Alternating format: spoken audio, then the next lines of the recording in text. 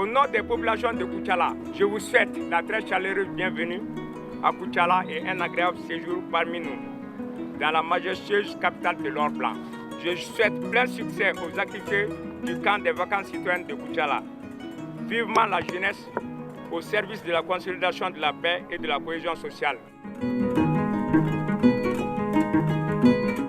Baptisée capitale de l'or blanc, grâce à la forte culture du coton, Koutiala est aujourd'hui la ville cosmopolite et hospitalière où toute la couche sociale se côtoie allègrement.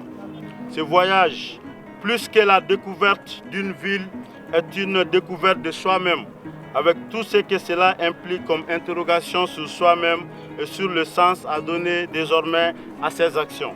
Rien ne s'obtient sur cette terre sans négociation et la paix encore plus. Rien n'est donné davantage, mais tout est à faire et ensemble. Que chacun soit en paix avec sa propre conscience d'abord pour s'engager dans cette aventure avec nous. Que chacun soit en paix avec ses frères d'abord pour s'engager dans cette aventure avec nous. Que chacun soit en paix avec ses voisins d'abord pour s'engager dans cette aventure avec nous.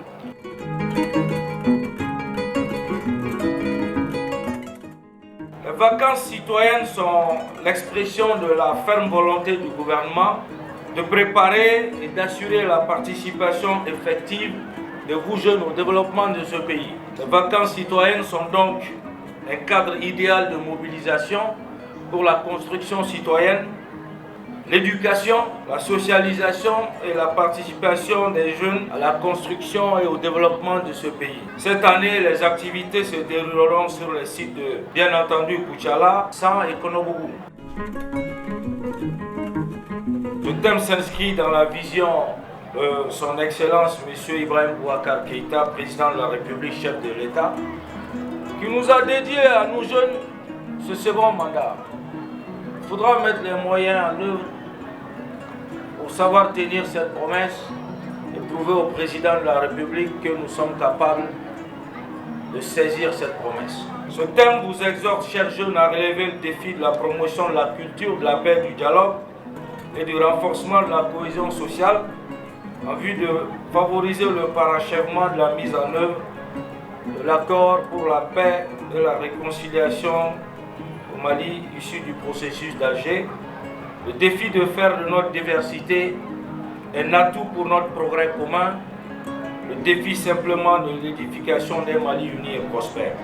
Pour ma part, je voudrais vous inviter à faire notre devise. Un peuple, un but, une foi. Et ce passage de l'hymne national, ainsi que celui des pionniers, nous ferons le Mali, même s'il faut notre sang.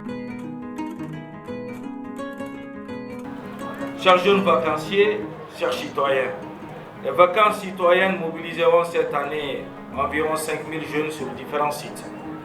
Elles permettront des échanges féconds sur les valeurs d'engagement citoyen, de civisme, de patriotisme à travers des causeries, débats, des séances de formation et de sensibilisation sur les questions d'intérêt national, dont la culture, de la paix, la cohésion sociale, la lutte contre l'extrémisme violent, l'intégrisme religieux, l'intolérance et bien d'autres.